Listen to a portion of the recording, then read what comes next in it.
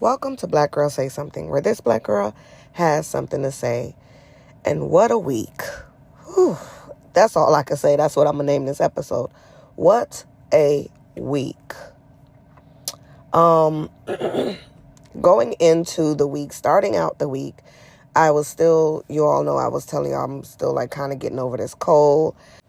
And I met with my accountant last week, which kind of rolled over into this week.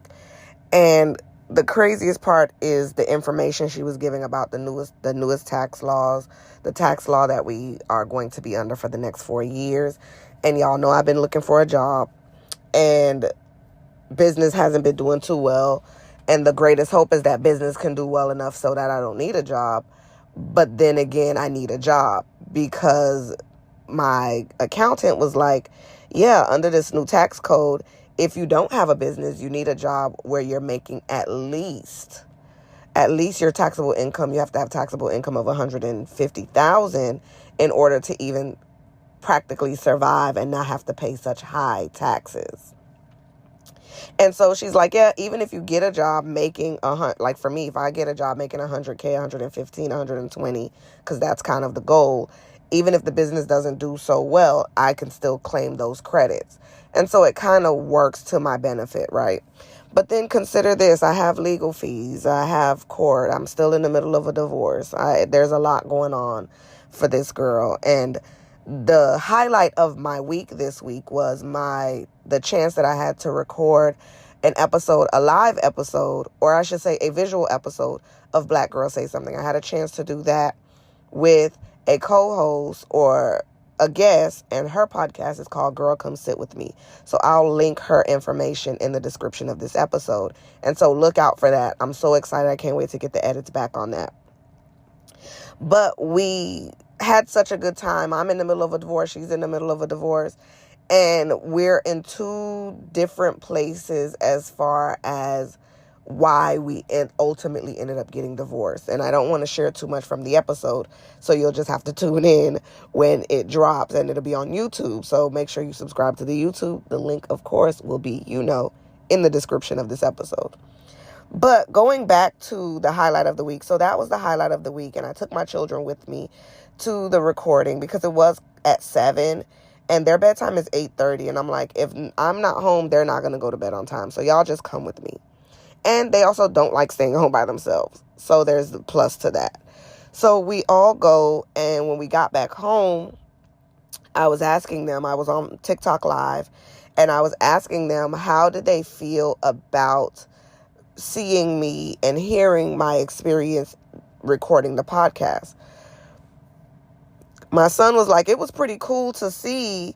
And they had a lot of questions on the ride home, of course, because it's like, how did you get to this place of divorce? Who was this friend that you lost? Because the girl had mentioned she lost a friend. And I was like, oh, me too. And so my kids were like, well, who's the friend that you lost? Did they die? And I'm like, no, it was a friendship breakup. Like, people grow apart and people have to, have those conversations with each other. And I had to let them know who it was and how I derived to this place where I started therapy. They didn't know that I had started therapy long before I got to the point of things getting really bad with their dad.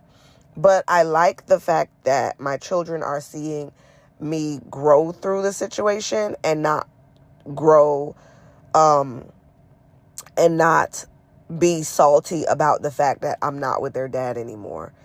They need to see that there's a healthy medium between going your own way and making your own way, and not me being the type of person that is going my own way and saying all these negative things about him. I have nothing negative to say about him. I could just tell you my experiences while I was with him. I can't tell you who he is right now in the last 3, almost coming up to 4 years that I have not spoken to him, other than the interactions that I see between him and a judge when we go to court. For a long time, he wasn't showing up to court. So to me, that indicates that he didn't care enough to come to court. So, I don't have anything negative to say about him. So when we're having these conversations, and I know my daughter has listened to certain episodes on the YouTube, but what we were talking about for the podcast recording, they were there. My son said the only thing that was weird was I would say my children as if they weren't there. And I told myself I had to talk about y'all as if y'all weren't here, because the people, by the time they see this episode, they don't know what's here, there, or, And then my daughter said she felt empowered. And I was like, why'd you feel empowered? And she said she felt empowered because it's just interesting to know, because she's my oldest. My oldest has been through so much with me. She has seen, me be hurt by her dad. She has experienced her own hurt with him. And just my ability to talk positively about where I am now because of those experiences. She said she felt empowered. She said it just like that. I feel empowered because of how you look at it. And I think it goes back to, I remember her having a conversation with him and him being like, still being negative about me. And now she's like trying to figure out, why does he feel negatively about you when you don't feel negatively about him? It's because I've grown, sweetie. It's because I'm growing. I'm glowing. I'm doing the things that I need to do. And there's a level of strife that I'm experiencing that I will not burden onto my children. So moving past that, we, get ready to go to bed, and you got to count the blessings where you count them. And, I'm seeing so many different things on Facebook, and I don't want to get off topic, but I saw something on Facebook where it's like a family was driving home, and the car, they got into an accident at the hands of a drunk driver, and people lost their lives. And I always want to say this, and I've always said this, and I'll say it here on the podcast if I've never said it before. It is such a, I never want to discredit the blessing of leaving my home and coming back home safely. Things can change in the drop of a moment. And I say all of that to say, shortly after having that conversation with my daughter, she came and she just had this doubled over pain in her stomach. She was having the chills. She was throwing up. And I was like, whoa, what is going on? And because one of my brothers, we're 2 years apart, but one of my brothers, he had appendicitis one time, and I remember that. And so the way that onset, mind you, we went to the podcast recording, we came home, we talk, we chit, we chat, everybody's getting ready, doing their night routine, and boom, all of a sudden things changed. Then we ended up in the emergency room because I didn't want to wait till the morning, because if it was appendicitis, you sit on appendicitis, now you got sepsis. So I was like, we went to the emergency room. Thankfully, it wasn't anything serious, but had to watch it, right? Then I was finding out there was something that she ate, and it could have been possibly causing her gastritis. So it was a lot going on. But the emergency room, the children's hospital, was packed to the brim. We didn't get a room until probably 3 hours after being there, and we didn't get home till 7. And if you know anything about sitting in the ER, we went at midnight, and we was there. We got home about 7:30. So I was running on a little bit of sleep. I was running on practically no sleep because I hadn't slept since Monday night into waking up Tuesday morning. And then that happened Tuesday. So now it was Wednesday. And for me, if I take a day sleep, then I wasn't going to be able to sleep that night. So I made myself stay up. I made the kids some more chocolate covered strawberries. I applied to some jobs. I'm revamping some things on my website. I went to pick them up early from school.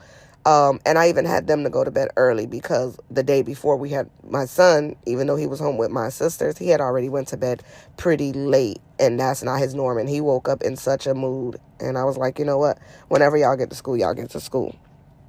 But what a week. It's like, yeah, what a week. So we're halfway through.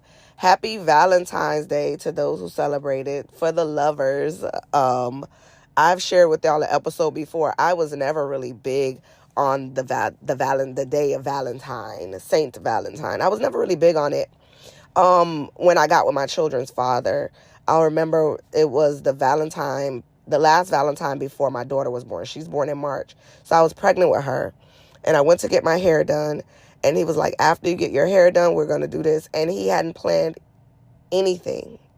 It was a lie. It was a facade. And I hated it so bad. And I remember I used to tell him, I hate those baskets from the side of the road. And he had bought me one of those. And then there was also no plans.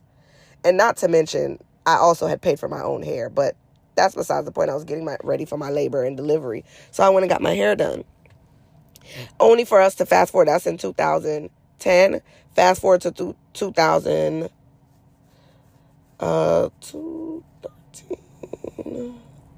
2014. We got married in 2012. And fast forward to 2012. Here we are. I'm annoyed because why are we getting married on Valentine's Day? I despise Valentine's Day because of him.